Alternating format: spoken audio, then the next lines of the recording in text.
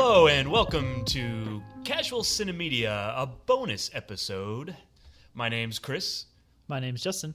And my name's Mike. Today we are going over the Oscars for 2018, everything that won, everything that lost, the Oscars bet, and then we'll be moving on into a feature review for Alex Garland's Annihilation.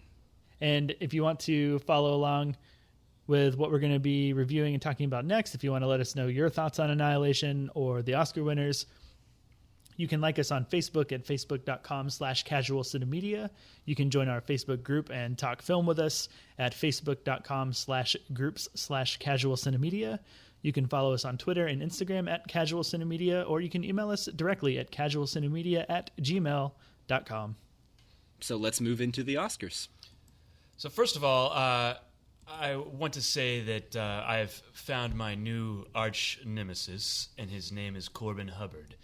He got 19 out of the 25, I think, that they are available, correct.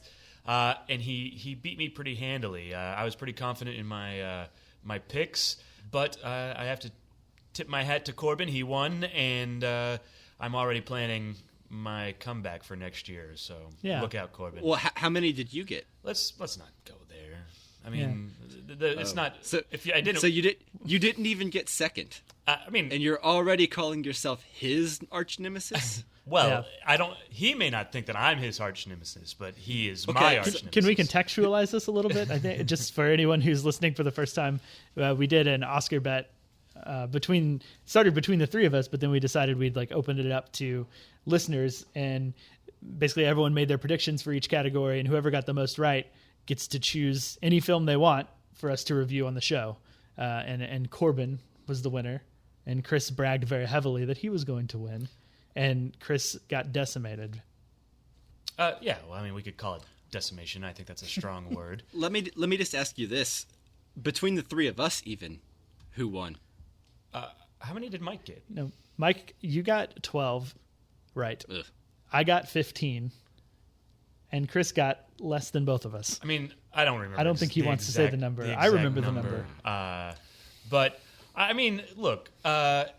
Mainly, this is part of my long game. Was it even in the double digits? Yeah, it was in the double barely. digits. As barely in the double digits as you can be. Nice.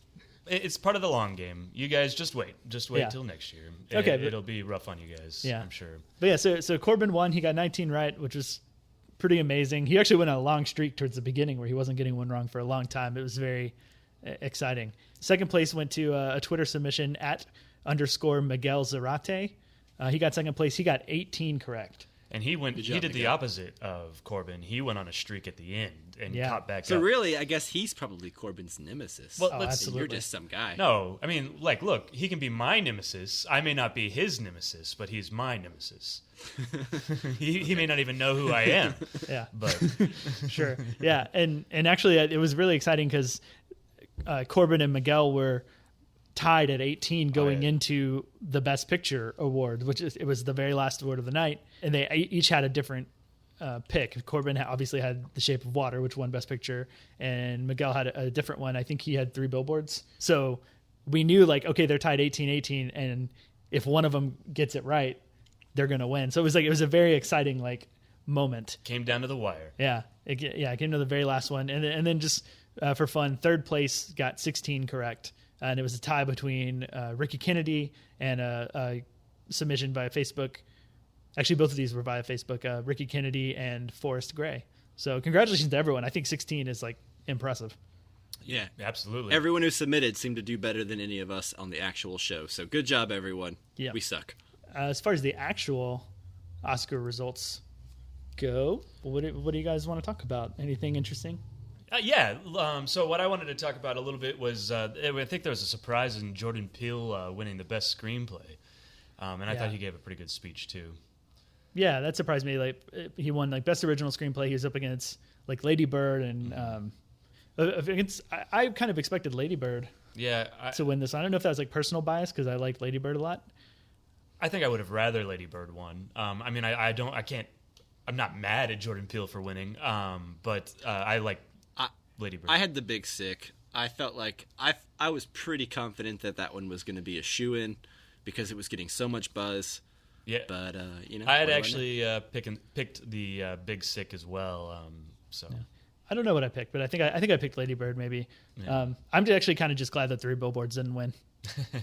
That's kind of where I come down, and I was super happy for Jordan Peele. Like I think the movie's great, and a big backbone of a movie being great is the script. So I'm happy for him. Yeah, it's a tight script. I just wished I hadn't seen a couple movies before I saw that one. But listen to our Get Out episode if you want to know my thoughts. Right. Sure. And kind of going along that, I was really disappointed that Laurie Metcalf didn't win. I haven't seen I, Tonya that Allison Janney won for, so I can't necessarily speak to that, but I loved Laurie Metcalf in Lady Bird, and I really, really wanted to see her win. I've seen both of them, and I wish Laurie Metcalf would have won for Lady Bird for sure. Easy. I didn't like Allison Janney's performance as much as everyone else seemed to. I really liked Allison Janney in it. I thought she's good. I kind of like her in general. She's doing pretty much the same role that Laurie Metcalf has, like as far as like the kind of like overbearing mother who isn't very nice at times. I think the difference between the two is that Allison Janney plays the role, and the role in general is very like unsympathetic. It's mean and like unforgiving completely. And Laurie Metcalf has arguably like a tougher job, I think, because her character is complicated, right? Like it's like she's mean and overbearing in some ways, but not in a way that you don't understand. Like there's sympathy to her character at times. Yeah, they're very similar roles. I think I like the Lady Bird performance from Laurie Metcalf more. It's probably not even the performers that I'm preferring. I think it's just the movie and the role itself. Like, there's some breaking of the fourth wall in I, Tonya that I find to be a little tacky. Whereas in Lady Bird, there's no breaking of the fourth wall, and they're just in the movie the whole time. And I find that performance to be more rewarding. But they're both phenomenal, and I think that just comes down to preference and script. I think the character that Laurie Metcalf has is more interesting than Allison Janney's character. But I don't know. I guess it comes down to opinion a bit. It was like, is it more interesting to like take on that role where you're just like completely unsympathetic and just more or less, like, I guess for lack of a better word, like evil, and playing it that way, which is Allison Janney generally is like, she's likable in other things that she's in. So maybe it's a stretch, but like, is that harder than playing the character who's very, very complex and like alternates between you understanding why she's being mean and then just being like straight up mean sometimes? I don't know. I think the other big thing that happened that a lot of people would be rejoicing is that Roger Deakins won for Best Cinematography for Blade Runner 2049. Yeah, this just seems kind of like one of those finally Oscars. And I know you weren't too crazy on the cinematography for Blade Runner. Well, at least not compared to Roger Deakins' other movies. Right, yeah, I think it will, in hindsight, feel like, oh, he won for that one? You know, kind of like much like maybe Scorsese and like the Departed, like where he's got like works that are way better. I hear what you're saying, but I don't know if I agree with that one. I hear what you're saying because I know the scene you're even talking about in particular with Blade Runner that stops it from being great, but I think Blade Runner was filmed gorgeously, and I can't think of a better movie this year that deserves it. Like I'm not saying that Roger Deakins shouldn't have won for another movie previously on some other year, but I can't think of a movie that looks better this year that deserves it more than Blade Runner. Does that make sense? Yeah, I mean, it does make sense. I think it is a bit subjective to like what you like as far as cinematography goes. Like, I wasn't like super wild about the film. Like, I liked it, but like I think Darkest Hour cinematography is amazing. Like, that's probably my favorite if I really had to sit down and choose. I think it's hard. And I don't say that Blade Runner doesn't look good. It obviously looks very good, and there's a lot of interesting visual things going on. But I don't know. It's just, I don't think it's the best cinematography this year, and it feels a bit like they're finally giving Deakins one. What do you think would deserve best cinematography over Blade Runner this year? I mean, Darkest Hour and Dunkirk for me, both of them I think are better. Yeah, I'd have to. I think both of those movies, and maybe Dunkirk. I would probably agree on Dunkirk because of how it's filmed. Yeah. I like But it's the way Blade Runner looks. I'd have to... yeah, I would say Blade Runner, like, you could pick some shots from Blade Runner, and you could make those paintings on a wall because they're so unique looking and so interesting. Yeah. I mean, I think you could like, do the same for Darkest Hour. I mean, to each their own, but I can't think of a shot from Darkest Hour that would make a good or interesting poster, you know? Whereas, like, Blade Runner, you have, like, all the orange scenes, and then you have, like, the city scenes, and, like, the film with miniatures, or CG made to look like miniatures. I don't know. I find Blade Runner, I think it looks really great. Yeah. So, I don't know. Yeah. To each their own. And what I think about, like, when it comes to Dunkirk, too, is, like, I don't necessarily think cinematography has to be very obviously, like, in your face about how good looking it is. And I think Blade Runner is to an extent. Like, I think it's one that's, like, really obviously shot well and very obviously good looking, but, like, that doesn't necessarily make it the best. Like, I think there's merit to being, like, subtle about your cinematography and your choices and not being overly flashy. And that's where I think Dunkirk kind of fits into. Just see, that's kind of where I would think disagree with you on Dunkirk. I would agree with you on Darkest Hour that it's not too flashy, but Dunkirk, I think, tries to go above and beyond to be flashy with its cinematography by switching between two different kinds of film frequently throughout the movie, and it's super distracting. Yeah, I guess I just wouldn't call that flash as much as, like, they wanted to do part of it in IMAX with, like, their film, and I think that's a mistake. I think we talked about it. I don't like that either. Yeah. But it just but if not flash, what would it be called though? I don't know. Yeah, it almost feels like not a cinematography choice. It is, but as far as, like, the look of the film, the lighting, the compositions, and all of that other stuff, I think, like, it's. I guess it feels more like a gimmick, that thing, than like actual, like, cinematography to me.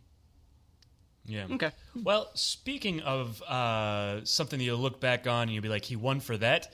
Well, Gary Oldman did win for Darkest Hour, and I think that is one where we're going to look back. And, like, Gary Oldman deserves an Oscar, but I'm not sure that he does, especially for the Darkest Hour.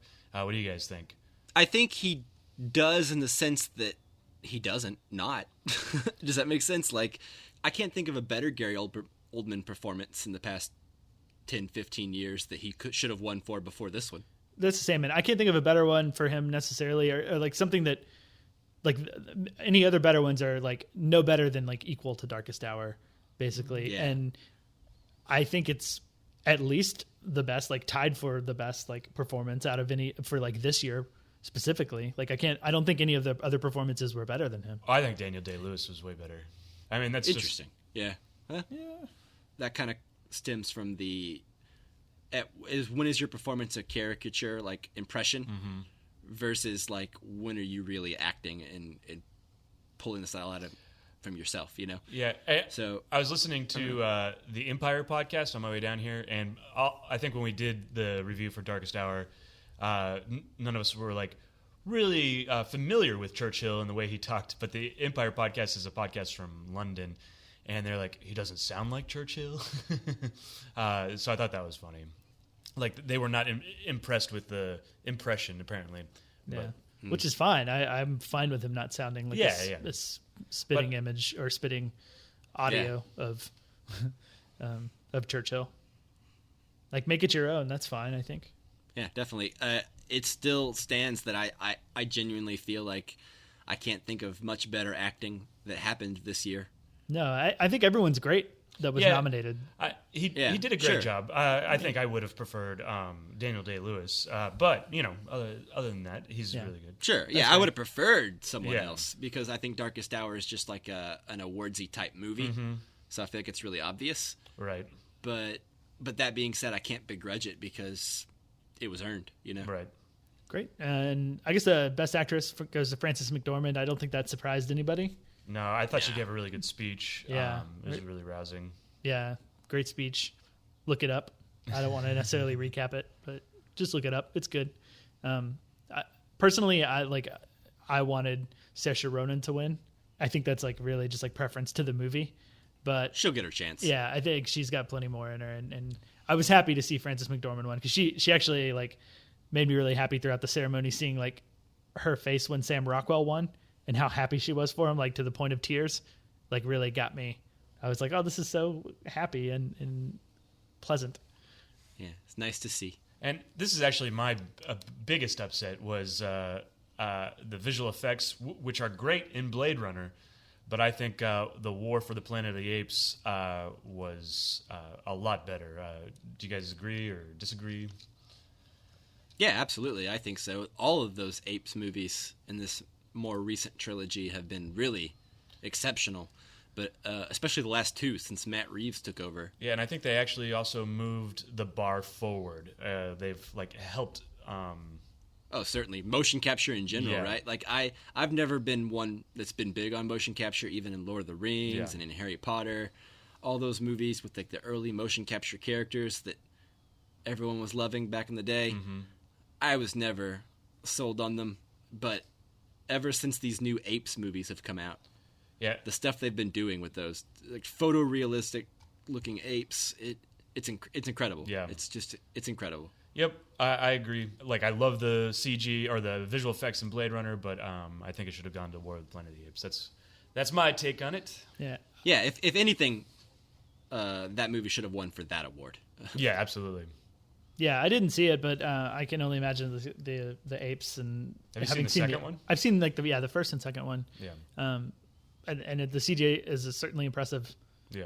Impressive in Especially, it. I don't think it's that's more like along the lines of the second one for sure. Yeah, I don't think that's the only thing worth considering when it comes to visual effects. Like, I think also like the amount of miniatures in Blade Runner and the design that went into that, is like worth credit, and maybe the nomination is credit enough for that stuff. But I understand where you're coming from. Yeah. I think it's worth touching on best picture going to The Shape of Water, and best director going to Guillermo del Toro, which is exciting. Mm-hmm. That one actually wasn't my favorite. It's actually the one I did pick though, because I kind of expected it to win. Mm-hmm. Yeah, it seems like the one that everyone likes the most that is also the safer and less politicized. Like, I think 3 Billboards, ever since it's come out, it's been facing like constant backlash. Like, most people love it, but there's always that really outspoken percentage of people that don't, Yeah. who find it problematic Well, for racial reasons or societal reasons. Yeah. So, and same with Call Me By Your Name, I guess, but to a lesser extent. So I think Shape of Water is probably... Well, this is the Oscars where they gave Kobe Bryant an Oscar. So, like, if there's anything weird about the Me Too movement and all that, they gave Kobe Bryant an Oscar, and I feel like... And actually, real quick too, Sam Rockwell won, which I was stoked for, just for him in general. Maybe not that performance isn't his best. I think it's a great performance. Actually, it's still great. It's still pretty good. But I was just happy to see him get recognition. This is his win for Charlie's Angels. Yeah. Yeah, they're finally giving him an Oscar for Charlie's Angels. They're rectifying that mistake. Thank God. Yeah. It only took him 10 years. Yeah.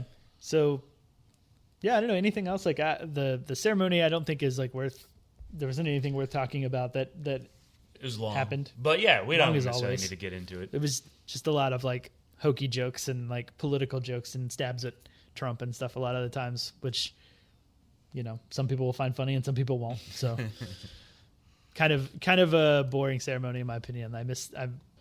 The gold standard, the bar is Hugh Jackman 2008.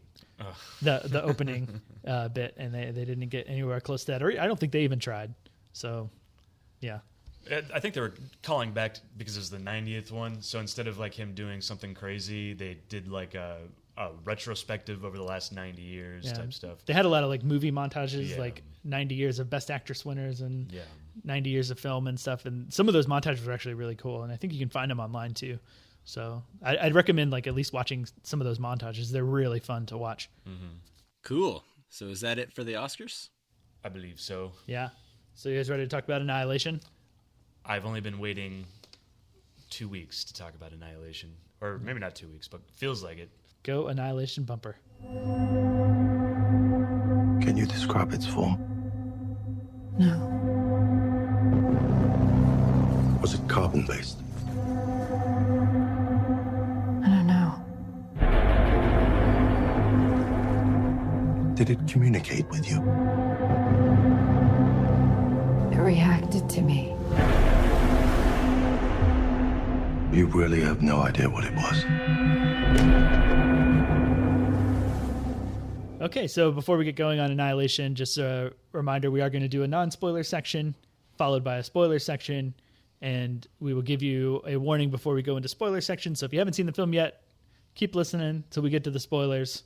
Turn this off and go see the movie.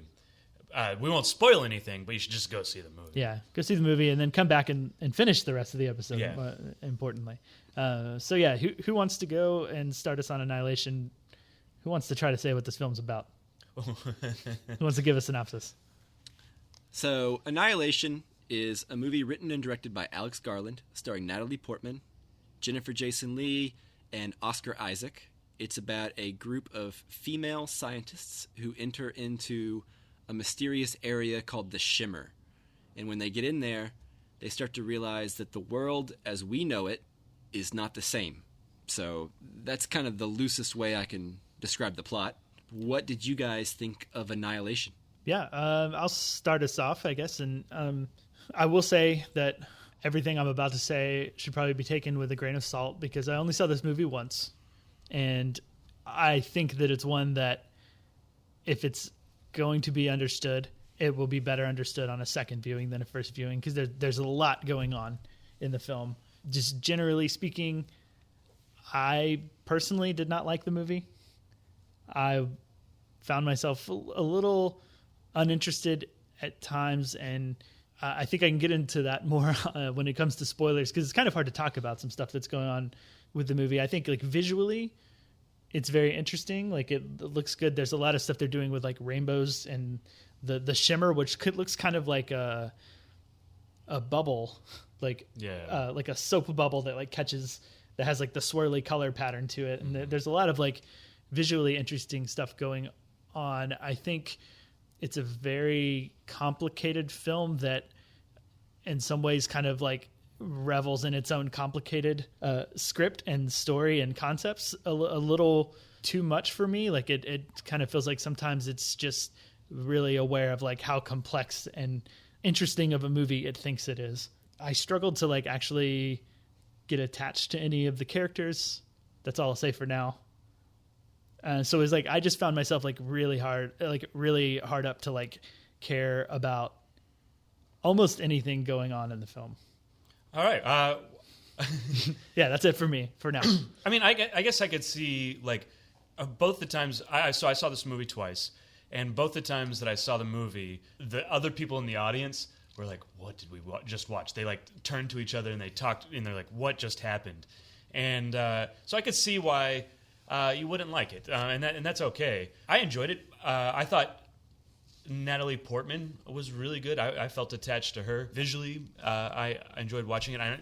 If anything, there are certain segments of this film that are really, really good that I really enjoyed. Yeah, I don't know how much more we can talk about it without getting into spoilers. So, Mike, what did you think? Well, real quick, I think the movie is designed to get that reaction from people of like it's supposed to be a movie that you walk away from and have that reaction of like, what the hell did I just watch, right? And I think that reaction, I felt like, and again, based on one viewing, not two, I felt like that was the intention.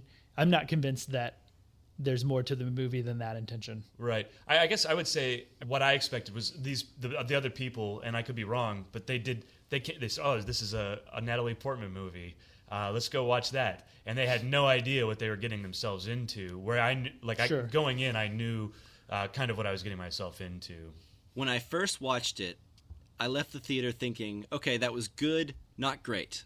And upon reflection, I don't know that I've changed my tune so much, but the parts that I think are good, I've really doubled down on, and I've stopped trying to associate like one-on-one meanings with everything, like one-on-one analogies and metaphors and things that are gonna easily be explained away, because I don't think this is a movie that you can go in and be like, this equals this, and this is what it means. Yeah, you mean you can't walk away with answers necessarily. Right. You can walk away with some, and Yeah. you can touch on themes, but I don't know that it's even necessarily trying to be something that even blows your mind. I don't even think it's trying to do that. I think it's just trying to be a lot more quiet and understated than that. I know you were talking earlier, Justin, about how you think that it's not trying to do much more than just kind of leave you with like the whoa, what did I just watch kind of feeling.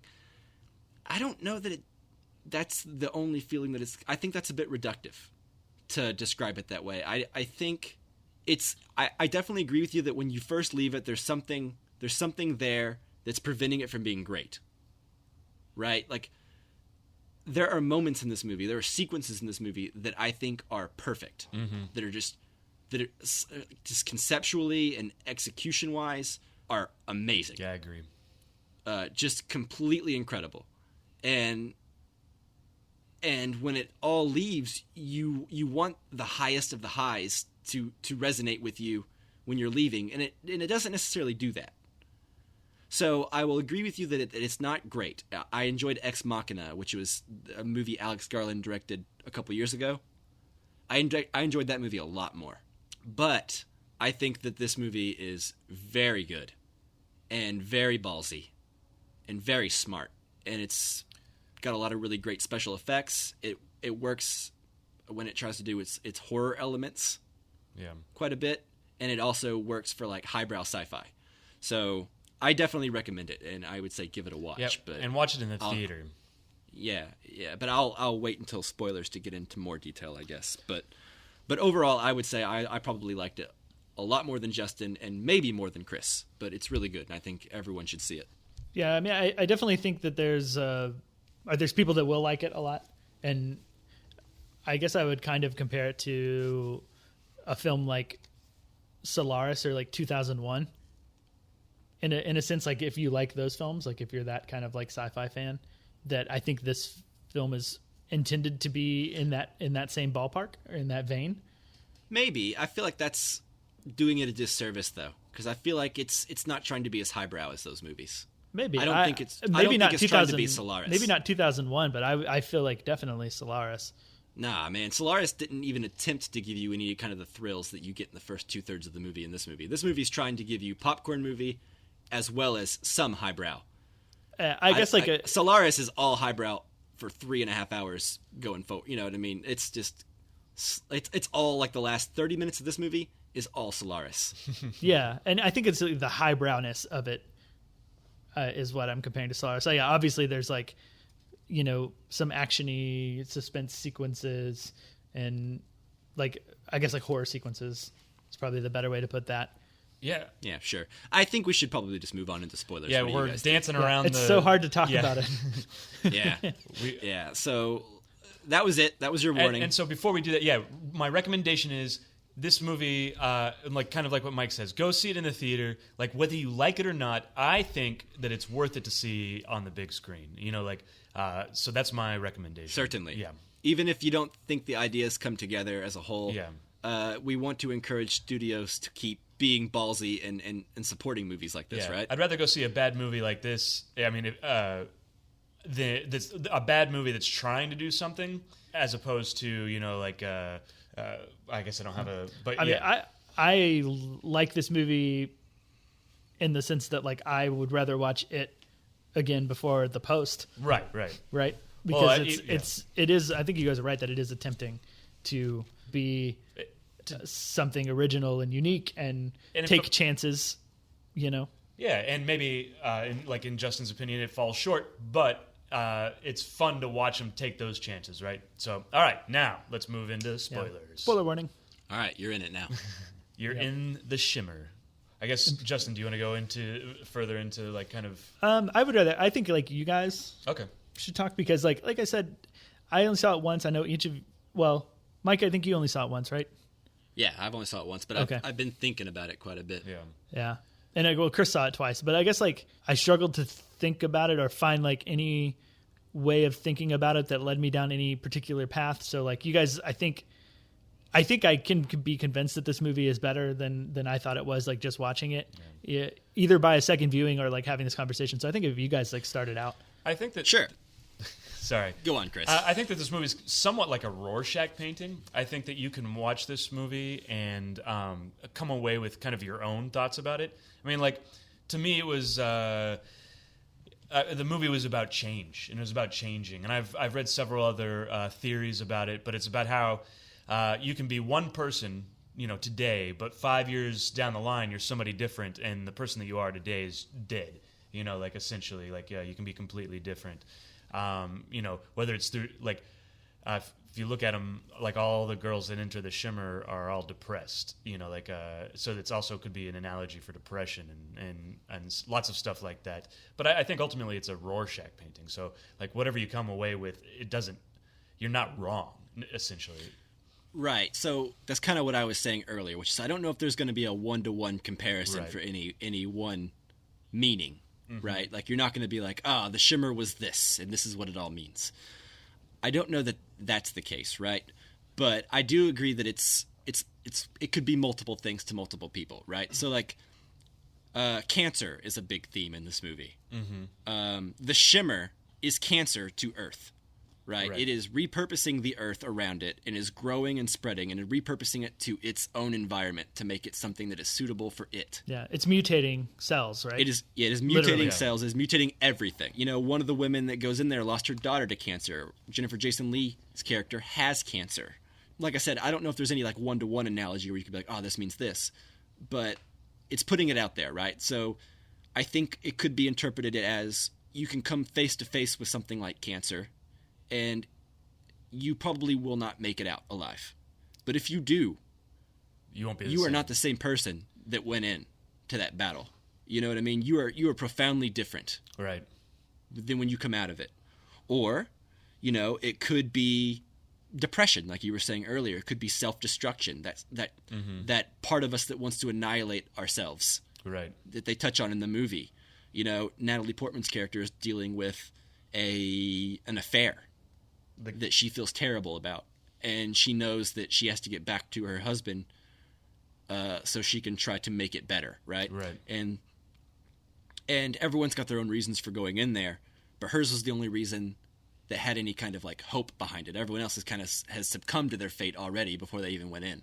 Mm-hmm. You could start poking holes in any of this, right? I'm sure, if you start really looking at it, but I don't know that matters, because it's so beautiful when it gets to the end.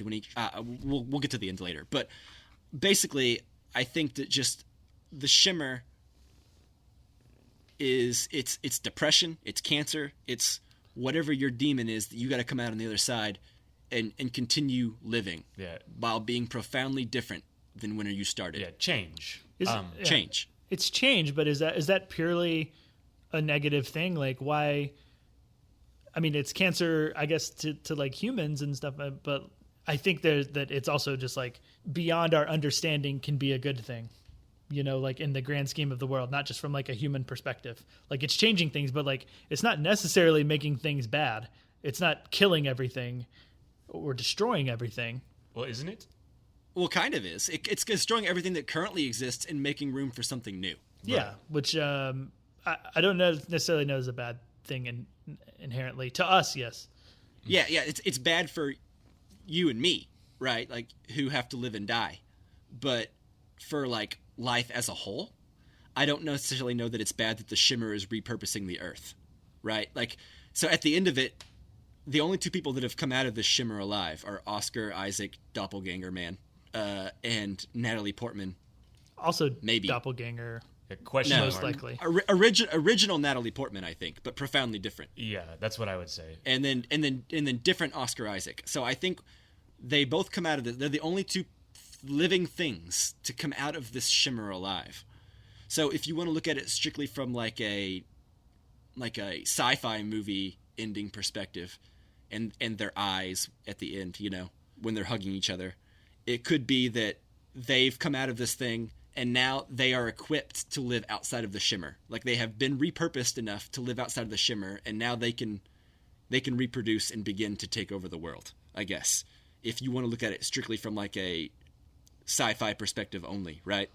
Like, they are both different than any other human that is currently living, because they have both come in and out of the Shimmer. There could be that, but I think what resonates with me is probably the self-annihilation part, where Natalie Portman goes into this thing and sees herself, and it imitates her every move, and she has to overcome herself, right? Which, that whole sequence is just so good, in my opinion.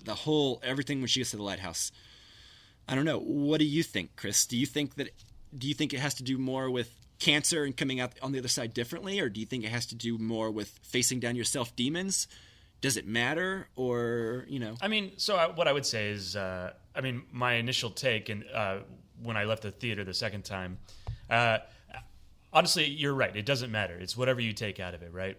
But my take was that it was about change and about how we are different people, and we struggle through life, and we are completely different people, and we're always changing. That's my take on what the meaning of the movie is. Yeah, I got to agree with you that the ending, while odd, was really good. Like, once she descends into that hole, and the music and the way they faced off against each other, it was mirrored. I liked it a lot. At some point, I do want to go back, and there's a couple other sequences that I want to make sure we touch on. Oh, certainly. Yeah. It's hard not to immediately want to talk about the ending, yeah, but right. I do want to go back and talk about some of the other cooler parts in the movie that were also really effective. I guess real quick, since we're there, I mean, Justin, like, what was your take on the ending? And like, was it boring, or like, just what did you think? Personally, I was super bored at the end. And I think it was just, I don't know, like, the movie had already like long lost me by the time we got to the end. And so at that point I wasn't engaged enough to really like give it a go to try to figure out what was going on. Personally, it felt like just like really complex, weird things happening in there, which is like fully what I expected to get once she goes into the lighthouse. I was like, she's going to get in there. It's going to be very weird and like bizarre, and we're not going to necessarily like understand what's going on. I don't know. That's kind of what I thought was going to happen, and that's what happened. So I guess like I don't know.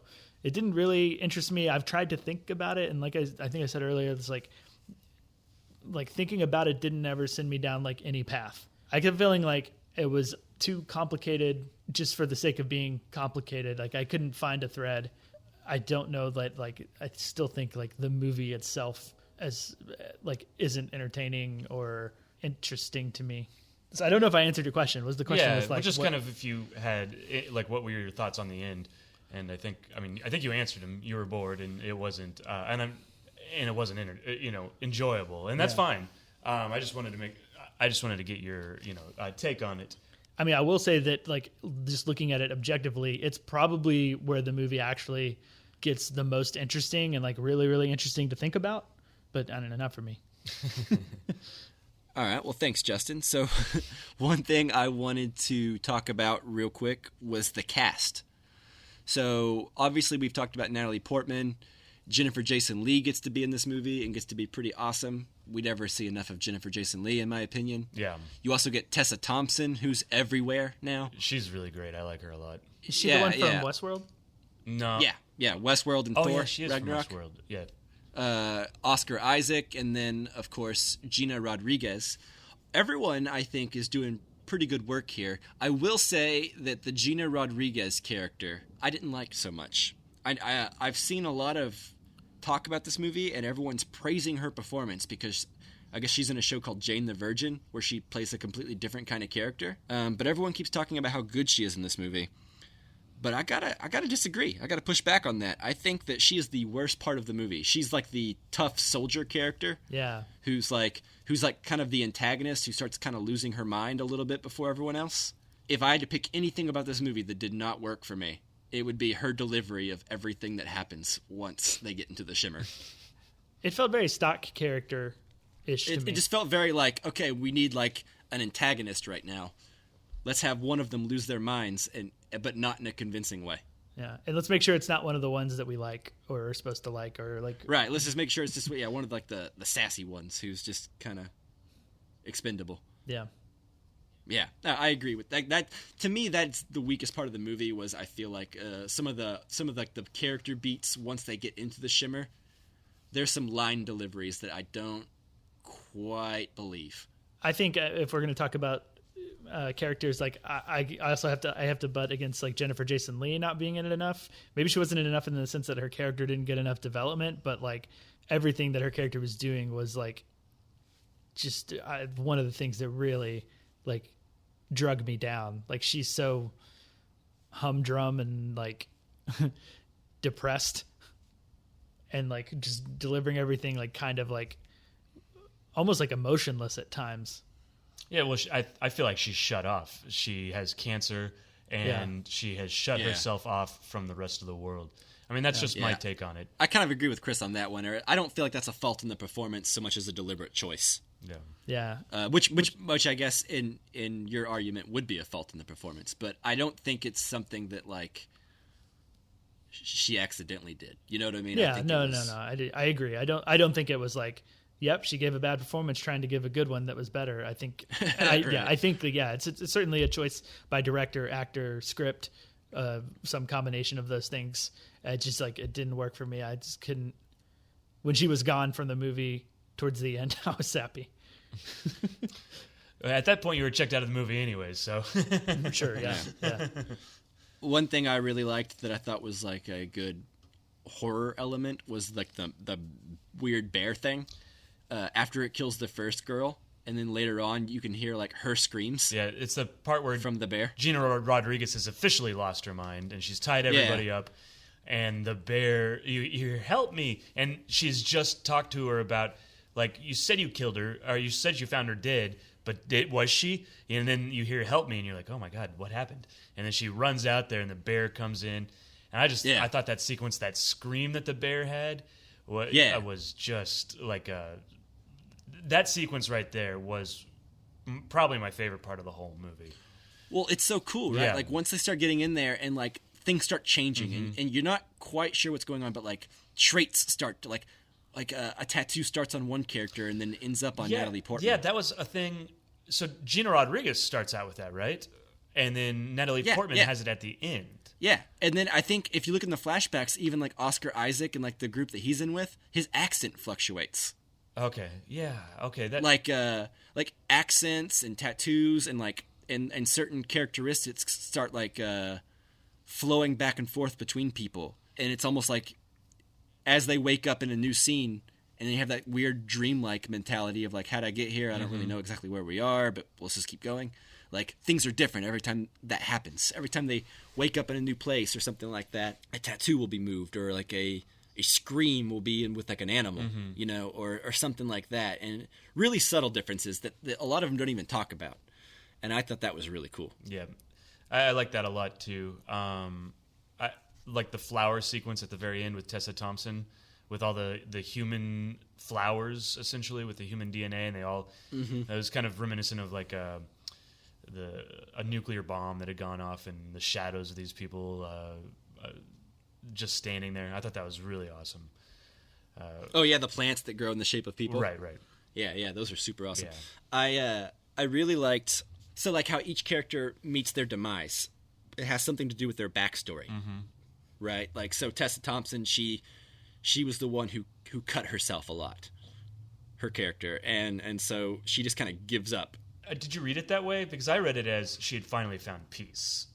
Maybe she'd finally found peace, but like, okay, so like the one whose daughter died from cancer, she's the one that gets attacked by the bear at the beginning, really senselessly and violently, and then Jennifer Jason Leigh's character, who has cancer, she goes to the lighthouse and ends up just kind of becoming something else, right? Like becoming, I don't know, right? Like, and then Tessa Thompson ends up giving up. Maybe not giving up, but finding peace and just sitting down and dying, right? And Natalie Portman's character doesn't. She's the only one that comes out of that alive, right? But she's also the only one who has something she needs to overcome, I guess, and not something that she's right. She hasn't given up. So I don't know. There's a lot there to unpack. I don't have an answer for everything. I just know that it feels right, in like the scenes that were good, they're worth thinking about in their own right. You know what I mean? That whole lighthouse scene at the end. Yeah. I think. I mean, I went along for the journey, and it's like I could see how you could get lost in it. But I think I really enjoyed it. Yeah, well, I guess like we could talk a little bit more specifically about like the characters. I feel like none of the characters for me were very likable or unlikable. You know what I mean? Like you couldn't I couldn't attach to anybody in any way where like with like someone who's like really unlikable, I guess like the villain girl, maybe that's what they were trying to go for, but like with someone you can like actively like dislike them and hate them and want something bad to happen to them, or if you on board with the character and you want them to survive. I don't know, like where did you guys put your foothold? Did you find a character likable or find a character dislikable enough, or was it not about that? Was there some like attachment that you had? I didn't even care.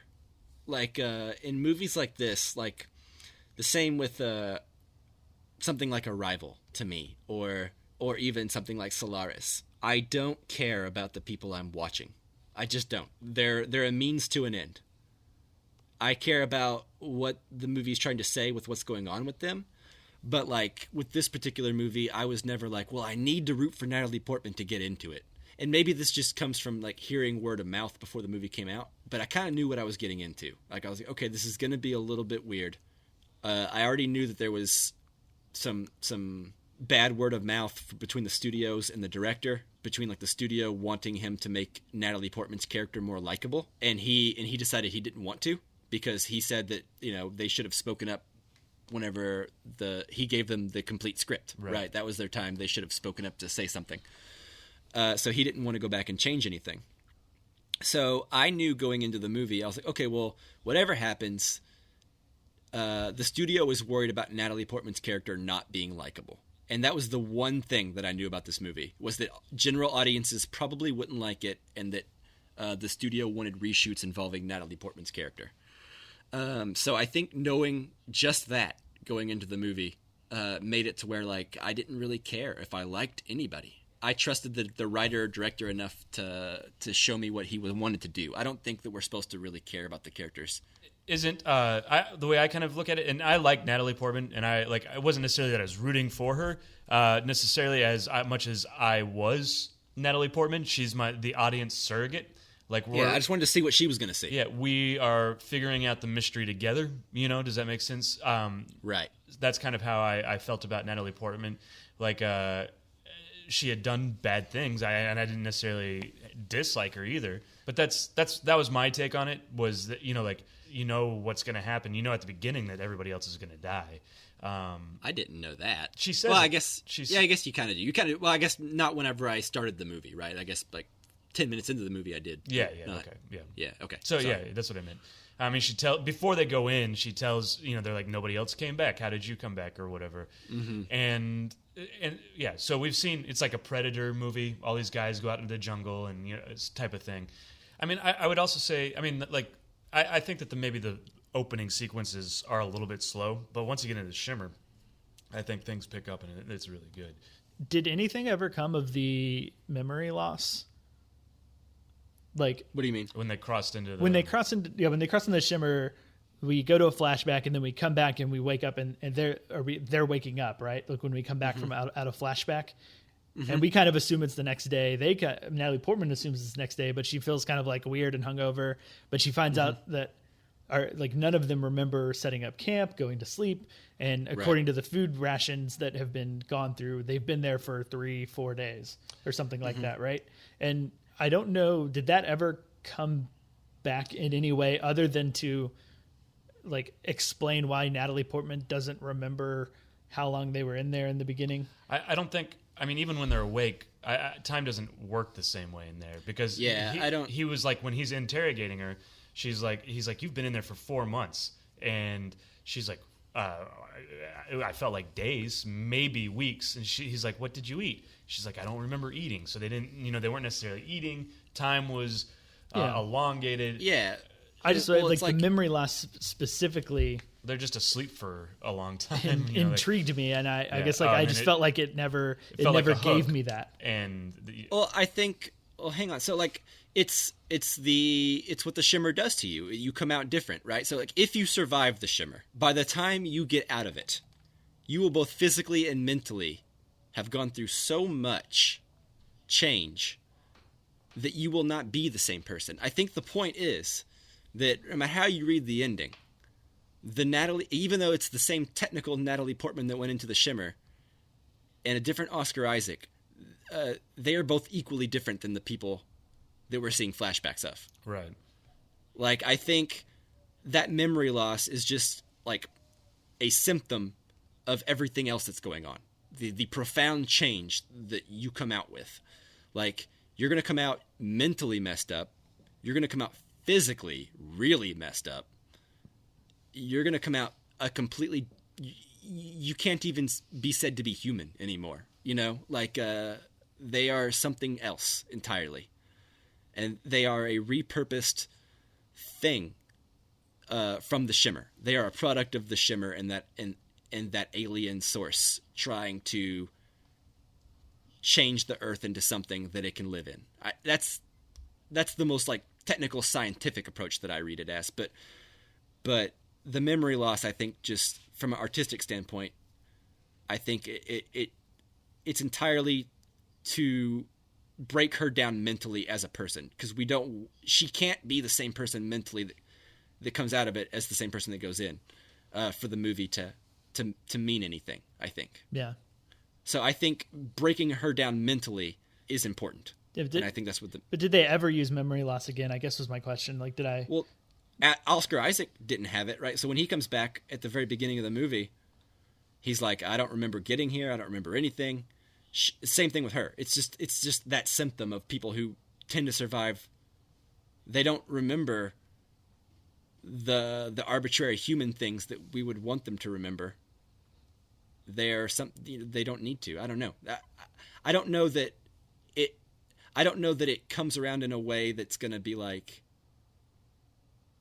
I don't know, like at the end of the movie where she's like, we lost our memory for this reason. I don't think there's going to be anything that's going to be like a satisfying way for that. And I don't think I want that. I just want... It was just a thing that intrigued you. There's a hook, and you're like, when are we going to get back to that? Yeah, it just felt like a thread that was started and never really came back in any satisfying way to me. Like, I guess I get what you're saying, though, like that it does come into effect of like the whole like way that time works in there, and I can understand that. I don't know. It was like I thought that there would be more of that sort of thing happening. There's a theory I read where Natalie Portman is dead from the moment where Oscar Isaac walks in, and I haven't gone into the whole thing, but like, so she has to, it's all an afterlife thing. I don't know that I necessarily buy it, but yeah, there are. I mean, and with a movie like this, there's going to be 1,000 theories, or you can have a ton of theories on it. So, my theory, just for the record, for the ending, my theory, I think it's a totally different. I think that the story of Natalie Portman getting out and like the thing burning down and defeating the thing is a crock, and that it's actually like the doppelganger Natalie Portman, and it's doppelganger Oscar Isaac. I feel like that's a good. And they're ready to procreate or whatever, and yeah. like do whatever it is that is like. I don't want to say the next step because it doesn't feel like an evil plan. So I'm not even sure where they're going to go. I just feel like they want to survive, live, just trying to make a place where they can live, or that's what the shimmer is. But let me ask you this though: if it's of doppelganger Natalie Portman, does she know that, or is she confused about if she's the doppelganger or not as well? I mean, I guess it depends on how you view like the creature that shows up before it actually turns into Natalie Portman, the one that's like mimicking her. Is it a sentient thing that's like chameleoning itself, or is it cells that are trying to survive and like imitating what's around it? Like it kind of goes along with the idea of like what the shimmer is, where it's this like spectral refraction that's refracting DNA and mixing DNA. Like, is that a thing is that just a cluster of cells with no overarching thought, no brain, that's just adapting to all of the spectral DNA that's flying around within the shimmer? Yeah, well, maybe. Or could it be that like Oscar Isaac made it there, and it became a doppelganger of Oscar Isaac's character, and then the real Oscar Isaac killed itself. Yeah. So maybe it's that it's not very often that someone actually or something actually makes it to the lighthouse. So it's like, you are strong enough to make it to this lighthouse. You are clearly what I need to become. Yeah. Like, you made it through this god-awful trial, of getting here. Well, in that case, it sounds like sentient adaptation, an intentional choice of what to copy, as opposed to cells evolving very quickly with all the DNA around it.